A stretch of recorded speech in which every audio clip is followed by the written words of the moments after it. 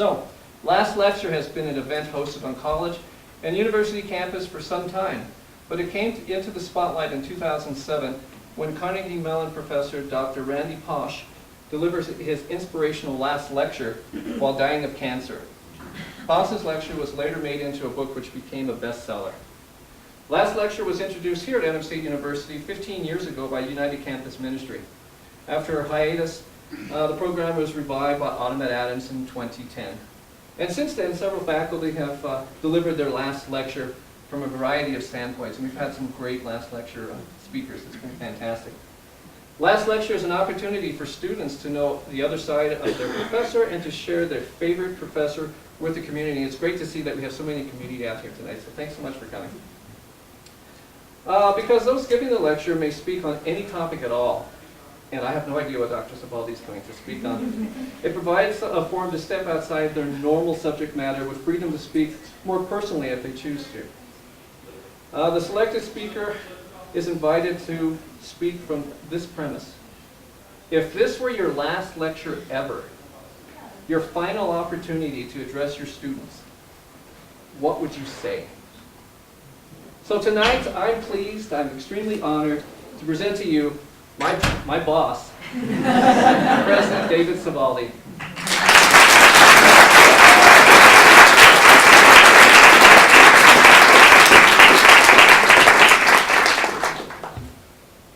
Testing, can you hear me? Yes. Well, it's gratifying to see so many people here smiling.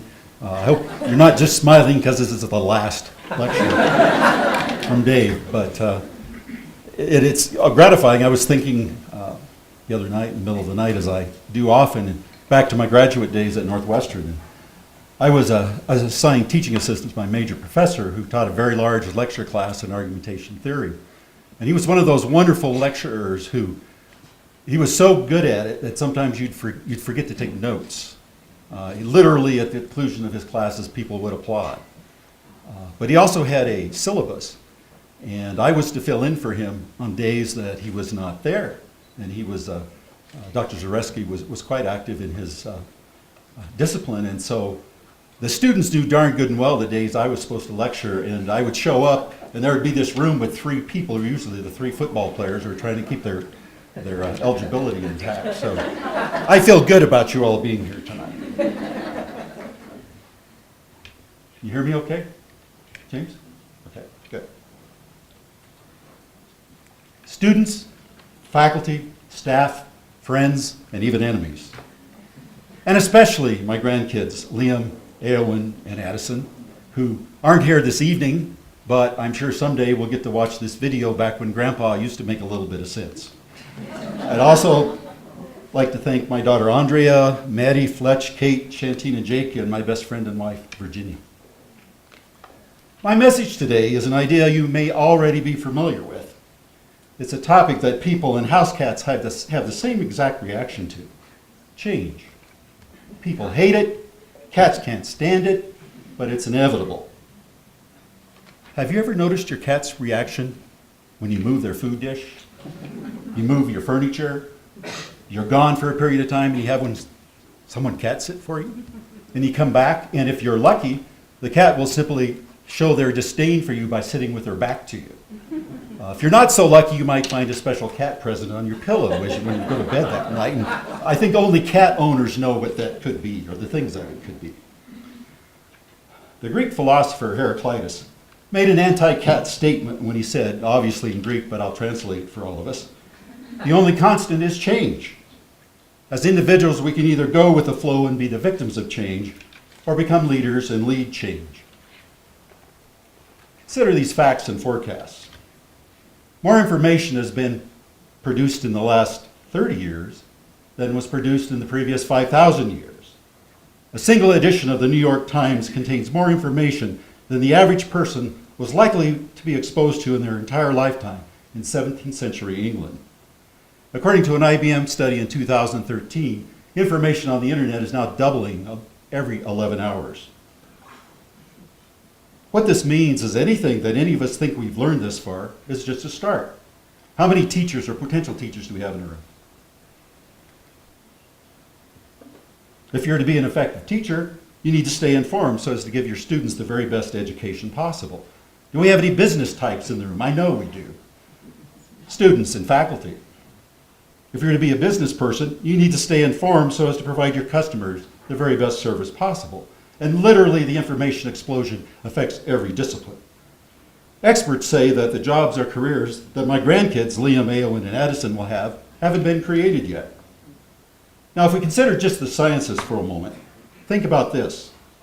Academics in the sciences churn out articles for over 70,000 separate journals at the rate of one every minute, or 2,880 every day. When I'm done speaking, there will be about 20 additional scholarly articles for you scientists to read. So if you can do the math, I'm only going to be talking about 20 minutes. So, one example that's specific to the sciences are the new studies regarding the new buzz health word, especially for us old guys, probiotics. In 2000, there were about 175 studies in that year regarding probiotics. By 2013, that's exploded to 1,281 studies. And incidentally, the studies tend to show no real evidence that over-the-counter probiotics are good for you, and they might actually hurt you. So, there's that information explosion.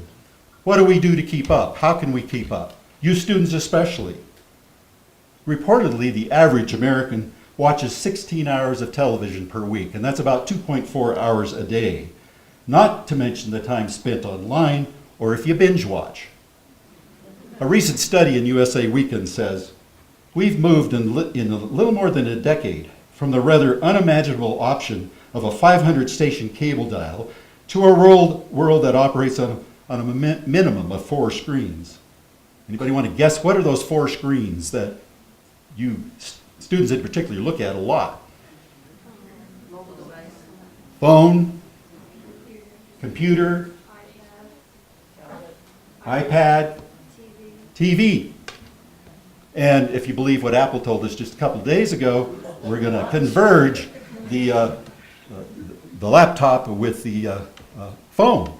And of course, many of you have smart TVs, and those are really just computers. So the same article goes on to say over 6 billion hours of YouTube are watched every month. 3 billion hours a week are spent playing video games, students, and not studying. The average adult spends 11 hours a day on digital media and 23 hours a day texting. And of course, some of that's probably related to work. But now, most of us read, except for maybe Dr. Crowther, about 250 words a minute. He reads a lot faster than that.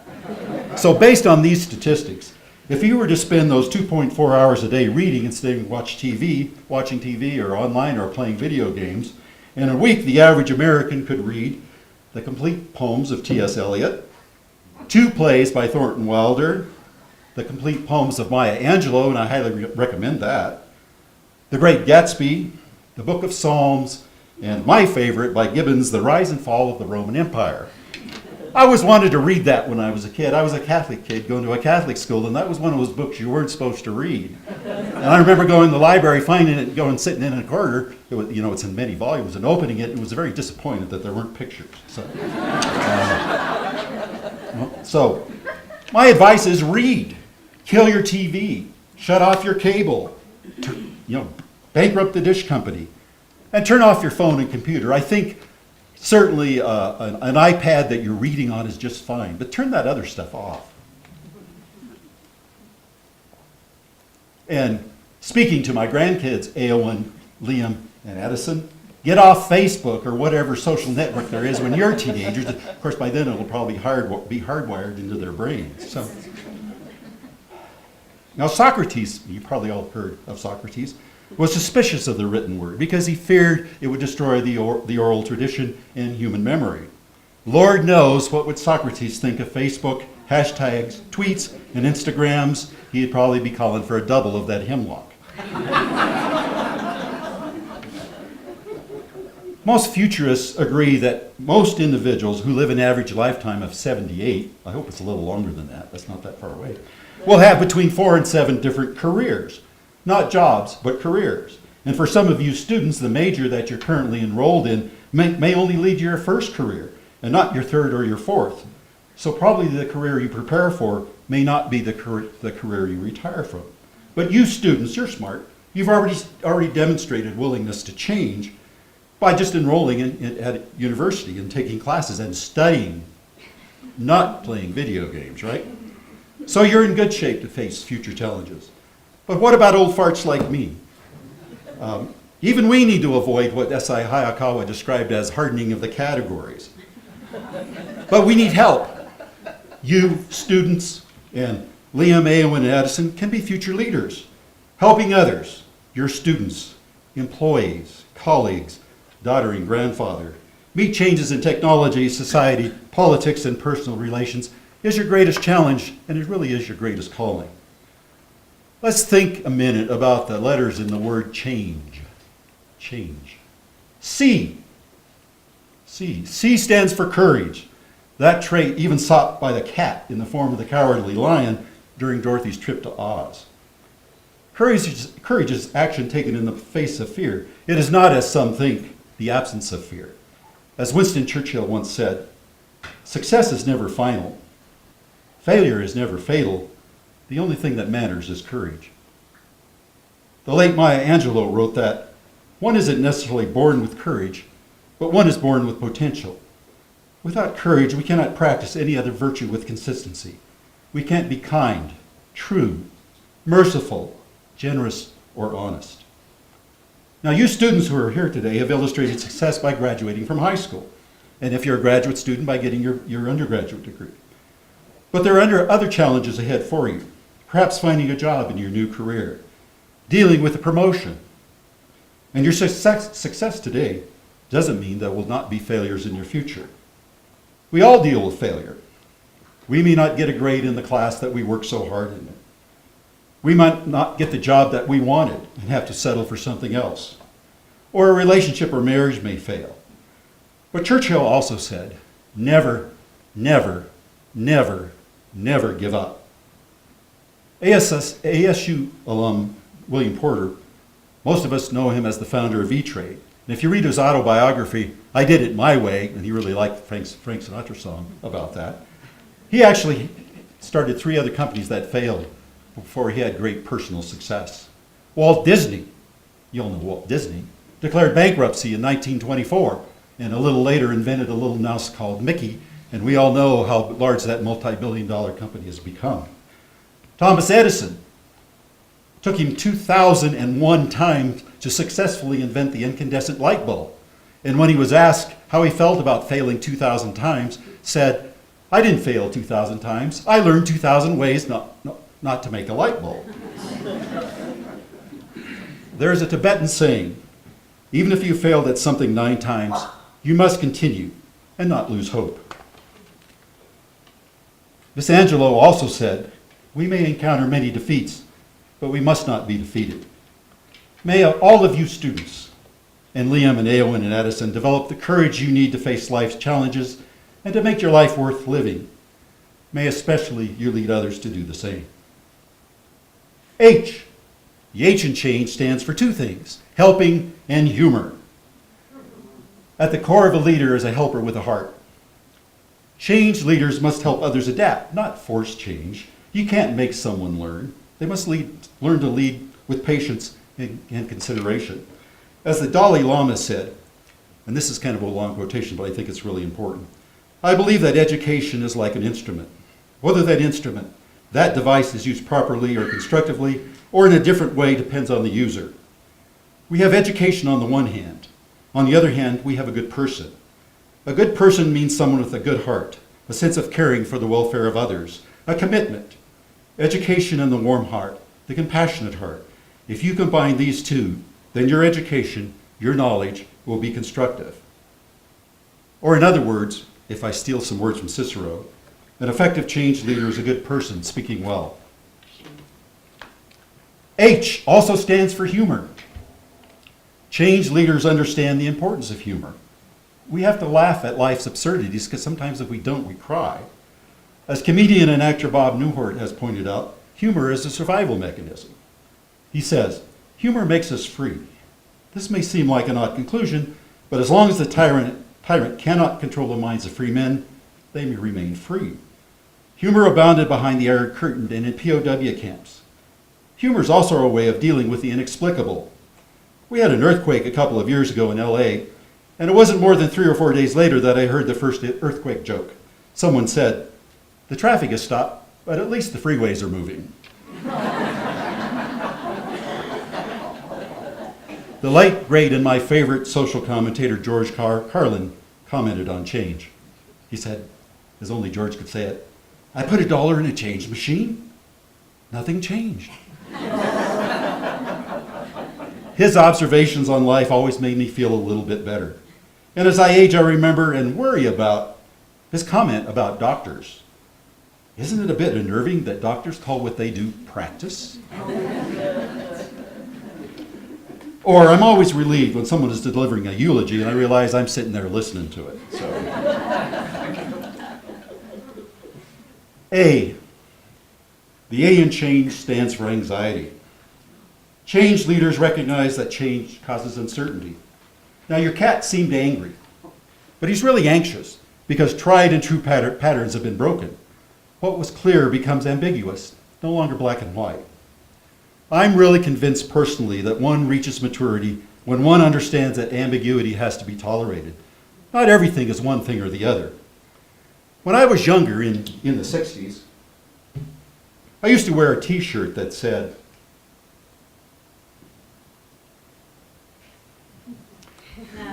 "Question authority, and thank you, Timothy Leary," right? Wherever you are. But now that I'm in my 60s, and somewhat of an authority, I'm fond of saying, tolerate ambiguity. When those around you are faced with anxiety that results from change, provide them some support and reassurance. Give that cat an extra helping. He'll feel a lot better. A. The A in change also stands for acknowledge what you don't know. An effective change leader knows what they don't know. Thomas Jefferson, who was a political philosopher, scientist, artist, and architect, reportedly tried to learn everything there was to learn during his time. And he had the library to prove it. But he's been dead a long time. Few of us can purport to know everything there is, even in our own field. And we need to learn to acknowledge what we don't know and consult the experts in other fields. Be suspicious of those who claim to know everything and all the answers, and certainly don't drink any Kool-Aid they provide for you. N. The N in change stands for nurture. A change leader nurtures the growth of change by providing patient, friendly support and caring for others involved in change. Bertrand Russell said 50 years ago, "The secret of happiness is this: let your interests be as wide as possible, and let your reactions to the things and persons that interest you be as far as possible friendly rather than hostile." Or as Maya Angelou put it, try to be a rainbow in someone's cloud. G. The G in change stands for great. And I'm not talking about Frosted Flakes here. I'm probably showing my age by saying that. Although one of the greatest men I've known was my father, Tony. Imagine this, being 5 years old. You only understand Italian and you only speak Italian. Your father has died. Your mom suffers from what was described in those days as melancholia, and her job is serving as the maid for the town judge and his family, who live in a huge white Victorian house that still stands in Uray, Colorado. Shortly, your mother is institutionalized. You become informally adopted by the judge and his family. His sons are sent to Stanford. But every time you speak Italian or are late returning home from school, your stepmother beats you with a buggy whip or locks you in the basement.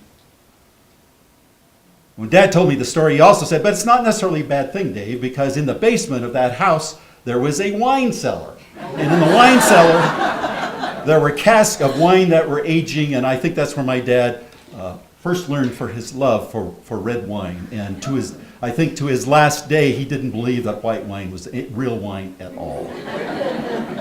He was told, as it went on, not to use his Italian surname, Svaldi, my name, but his step-parents' name. His first job, of course, while his stepbrothers were at Stanford, was wrangling mules at a hard rock mine in Ouray, Colorado. Finally, at 16, he ran away from Ouray to complete high school in Redlands, California, and took back his Italian name. He spent a few years as a prize fighter, the Denver Cyclone, and he developed biceps of steel that later in life his kids would brag about and hang upon. He should have grown up to be a bitter and violent man. But instead he was so kind, so incredibly kind, that we, his kids, rejoiced when my mother said, "Wait till your father gets home." I said, "Yes! Well, wait till Dad gets home. That'll be great." My dad lived what Maya Angelou has said. You may not control all the events that happen to you, but you can decide not to be reduced by them. Change leaders who overcome obstacles and are not reduced by them are great. Eowyn, Liam, and Addison, may you have the courage and the insight of a Nelson Mandela, Rosa Parks, Martin Luther King, and Maya Angelou, and your great-grandpa Tony. While not all of us will move in national and international circles, we can still take pride in acknowledging the small good deeds of daily living and treat others with compassion and respect. It's useful to recall the great William James' advice to his son, Bill. Bill.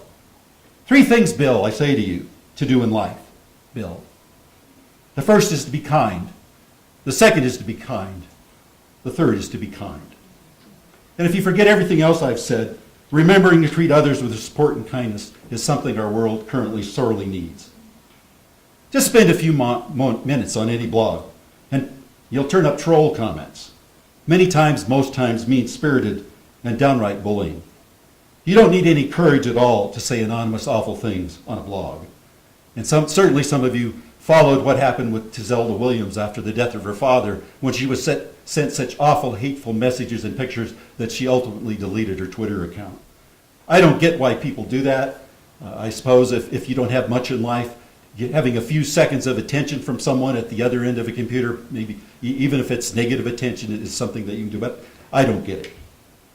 Certainly we live in a time when name-calling and negative advertising are now the norm for political campaigning, and that the use of social media can add to the negativity. We're entering that time now. You all know that. Of course, I don't watch any TV, but when I do watch TV, I notice those political advertisements. The very means we have that could help us understand one another better and communicate better are used to drive wedges between us and to harden resistance and emphasize who is right. It's become more important in our world to be right than to do the right thing. Perhaps being nice is out of fashion. But at least it seems so if you travel on the East or the West Coast, or you go to a negotiation training or law school. But we need to be nice, and sometimes being nice pays off. A number of years ago, I was trying to fly out of the Washington, D.C. airport. It was one of those deals where you got to the airport, you're excited, you get your bags checked in, and you go sit at the gate. And then you get the announcement, "We're sorry to inform you that Flight XS has been canceled. Unfortunately, hit a flock of birds upon landing. Please see the customer service representative." And then, of course, everybody at the gate stands up and stampedes, as we all do. We all act like, or treat like cattle now in airports. We stampeded down the hall to get to the customer service desk. And, of course, we stand in line. This was before you could do this stuff online yourself. And you stand and you wait your turn. We're all good people. We understand. We learned that in first grade. Take your turn.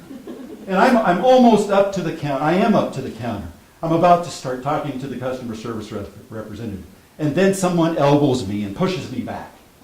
A gentleman is standing there wearing probably a $5,000 suit with a $200 haircut and a $10,000 briefcase. And he says to the customer service representative, "Do you know who I am?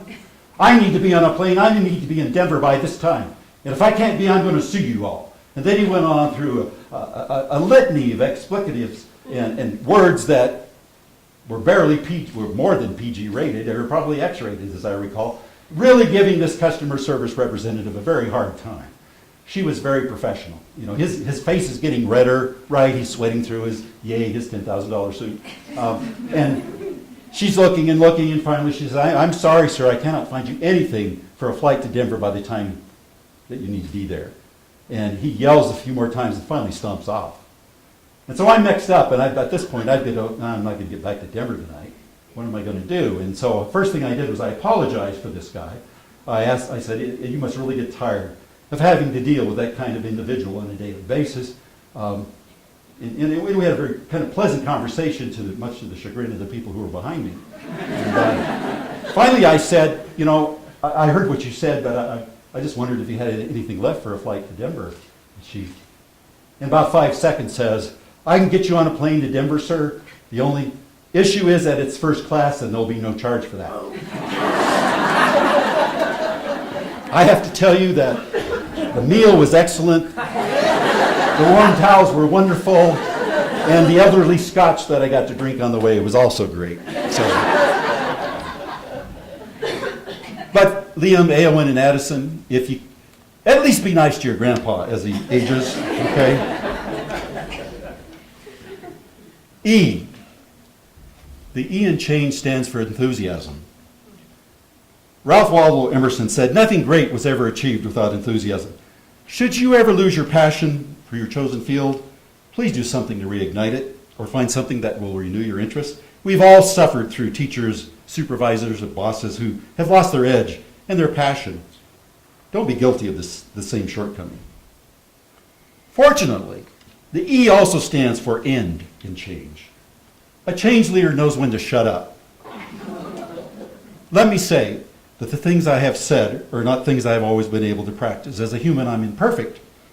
But I also think that George Eliot had a point, that it's never too late to be the person you thought you would be.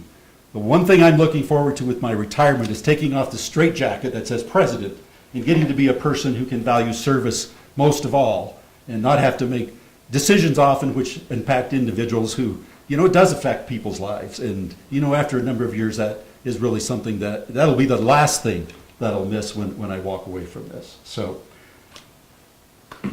Bella and friend, could you come up and help me? Yeah. Okay. Her name's Carrie. Carrie.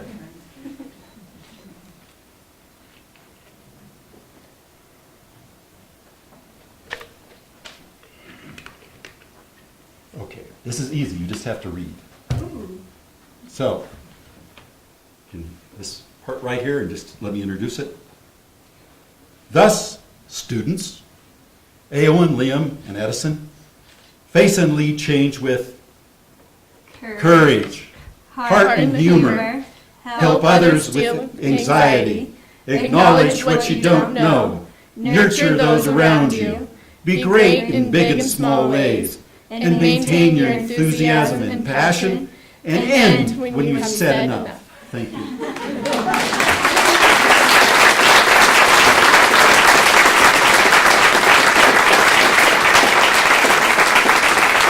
Thank you. Thanks.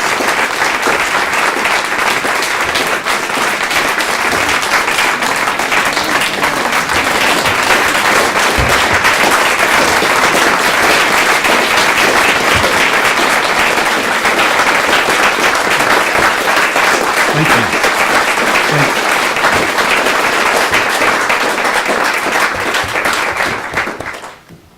Any questions? Wait, before we continue with Oh, questions, yes.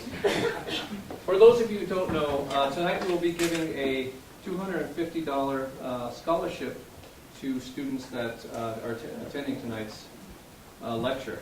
So are there any students that we missed? Okay, I'll be out here. Please see Linda outside. We'll take question and answers. We'll need your name and your 900 number if you want to be entered into the door prize. So please see Linda outside. Now we'll take questions. Bribing is always works. Any questions? You don't feel compelled, but Is there going to be a written exam? only about the important stuff, Dr. Crowther. Yes. There is so much change, but so much of the change is short-lived or meaningless. It does not really add to quality of life. Are we drinking from the fountain of change when we should be out enjoying the stars or doing something of more value? I think that's something I plan to do when I'm not president, certainly. But I mean, I think it's also true that, I talked about the information explosion, but, that's information, but how much of it is useful is the other question.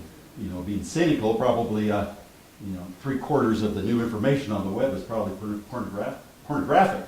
And we wouldn't say that, at least most people would say that was useful. So,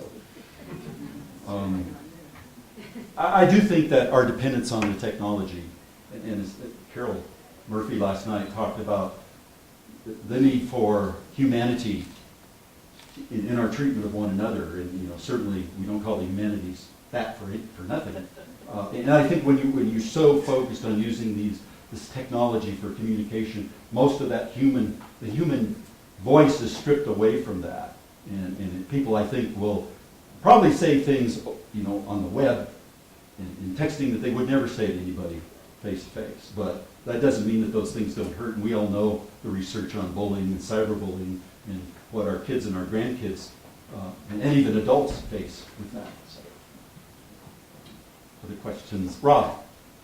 Well, I know this will sound somewhat like an interview question, and I'm not going to focus on the negative side, because usually it's what did you regret most, but what do you feel is the best thing you've done for ASU? I'd be real cynical and say retire.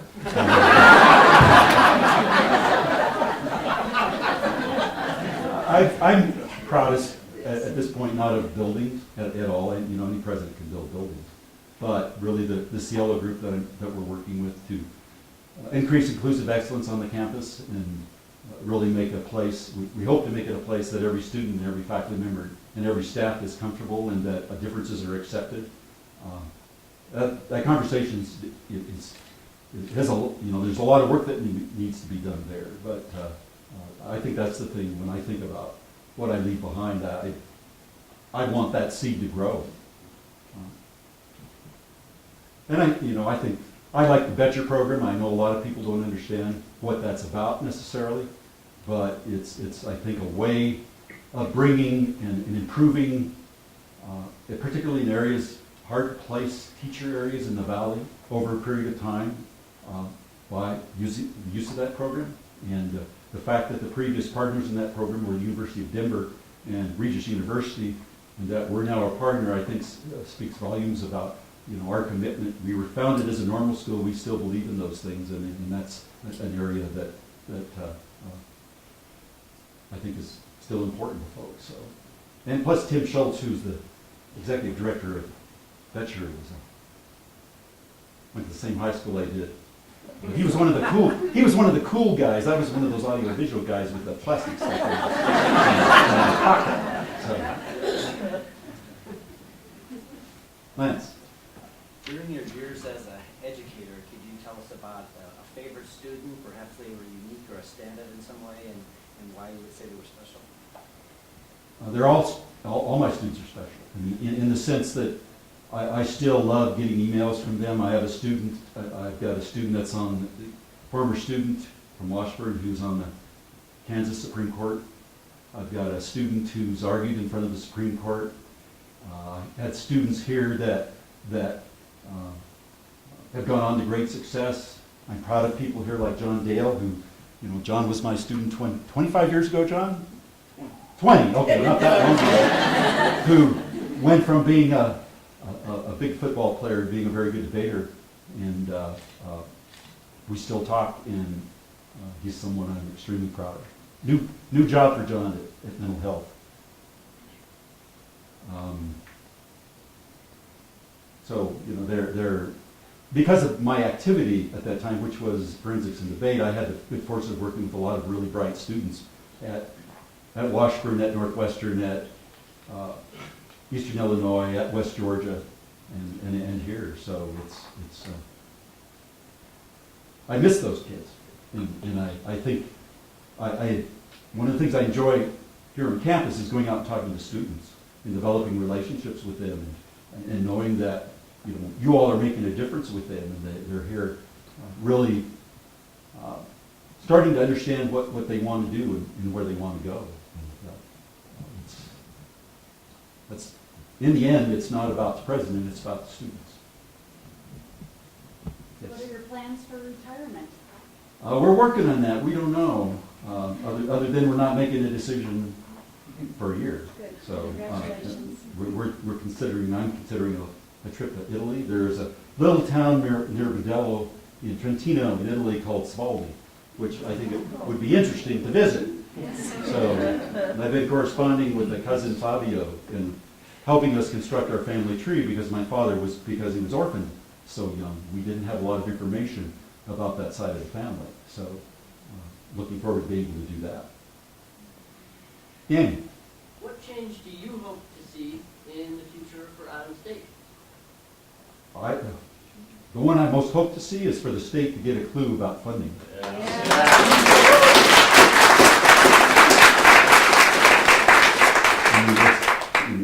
It's just, I was thinking after 19 years in administration, I can only think of 3 years when our problem was dispersing money.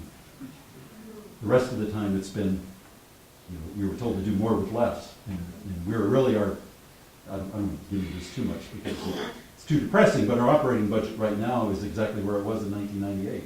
So, and we've had many, many good people who deserve raises who haven't gotten them. We need to fix that. Don't we, though?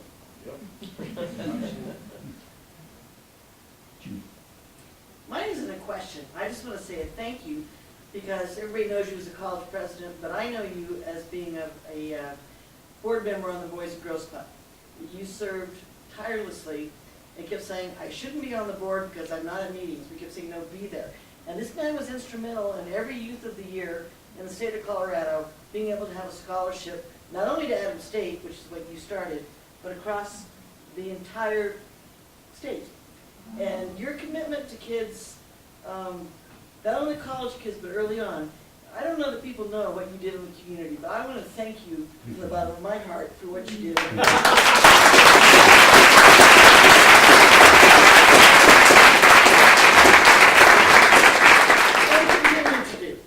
And we do have a student here, our last Youth of the Year here, who is going to graduate in 3 years. She's maintained a 3.5 GPA or higher since we left here. Another young lady who graduated who will be going to mid school at UNM next year. So it was You did that. I just, people need to know what you did. So. Thank you, Judy. You didn't need a big head. Yeah. Catherine. Dr. Svaldi, I echo what Judy just said, and I add to that the thanks from the entire community for all you've brought. You've been an active member, you've been supportive, you've allowed the community and ASU to be partners and make our community even better. So I thank you for that. And I think you may have already answered the question I was going to ask, but what will you and Virginia miss most about ASU when you kick off in several months? Well, we know what we won't miss, and it's called the Marble House. I think we'll miss the students.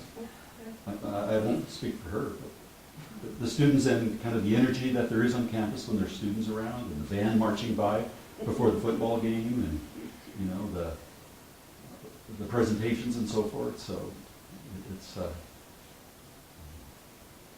I don't know if I can do without that, but we'll have to talk about that.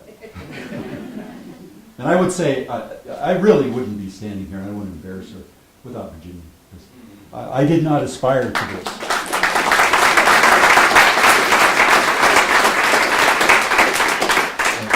It wasn't something I really thought I could do, but she believed in me. Thank you. I think some days I blame you.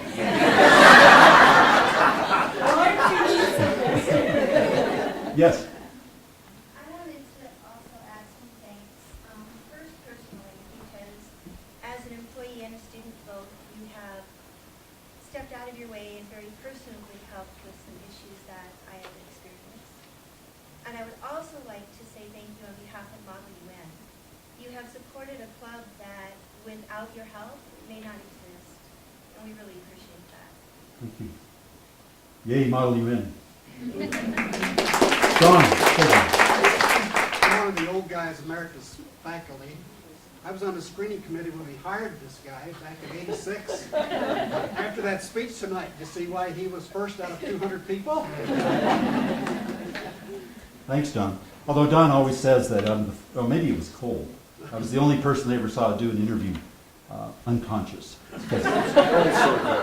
What? Cole said that. Yes? I would like to thank you for your support for the regional science fair over all the years and some of the troubles we've had. Thank you.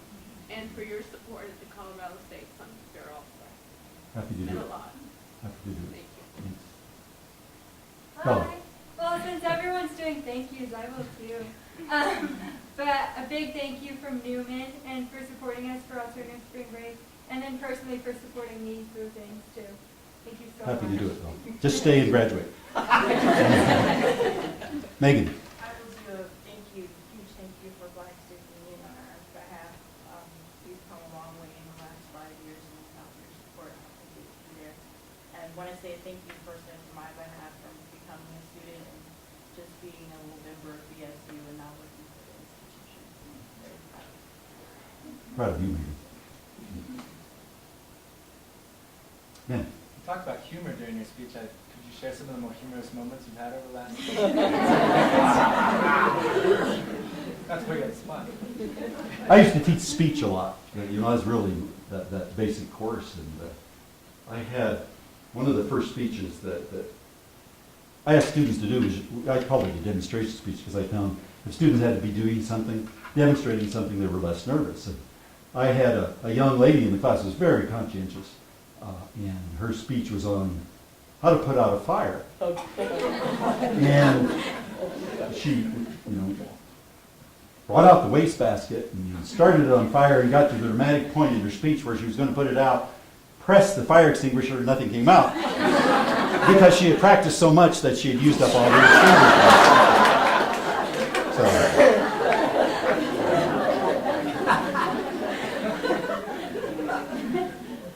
And I would say she was a cheerleader, but she was really a very bright girl. But I think she ended up getting an A or B in the class. But, saw interesting stuff over the years teaching speech. Someday I'll write a book.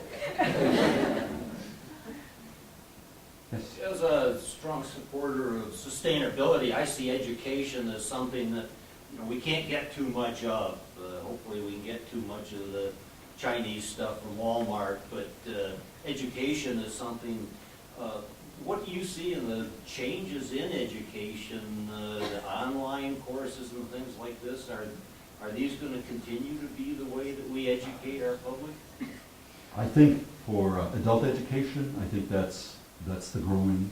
I mean, for Adams, that's been our that's really doubled since 2008 in terms of enrollment. I think that the debate on campus about whether or not online instruction is solely online is a good or a bad thing for undergraduate students. I don't think we've resolved that. I mean, I'm an old speech teacher. It was always difficult for me to see how you could teach an audience-centered activity without an audience. And there are some studies that say that you can do it, and they actually can do it better. I'm not convinced of that, but I'm an old guy. As I said, some of my categories are hardened. So I think that the challenges for education in this country are, you can say all you want that more money doesn't make a difference, but the opposite doesn't follow that less money makes it better, which seems to be the reasoning in some quarters. And particularly hard on low income and students in rural areas and minority students. And we're literally, I just talked to Father Mike at Regis about this, literally leaving a whole generation of students, particularly Hispanic students, behind.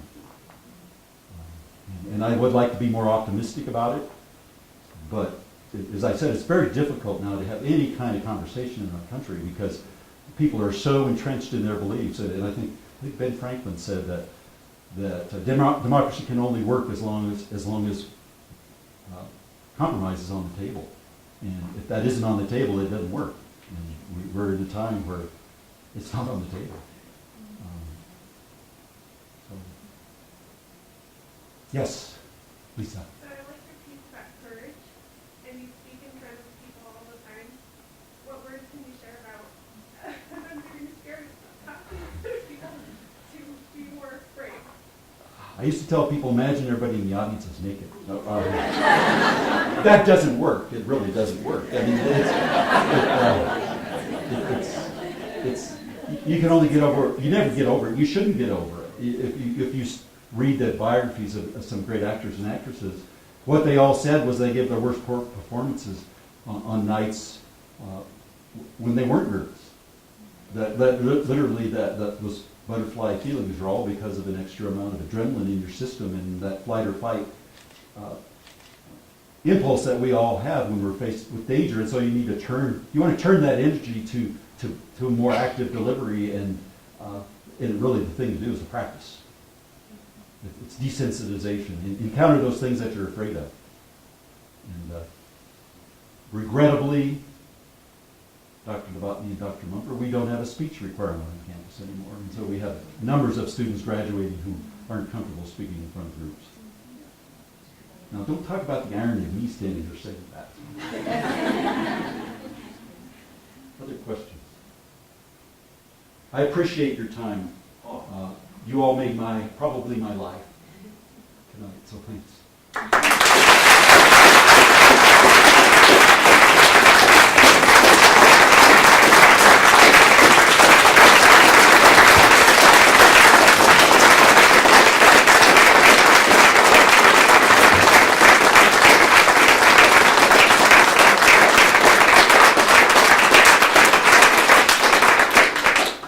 So now we'll draw.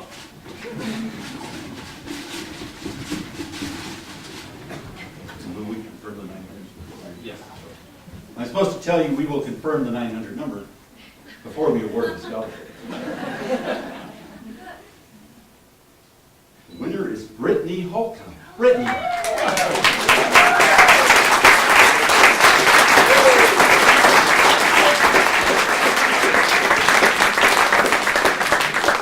So you knew it'd be worth it coming tonight. Thank you, everybody.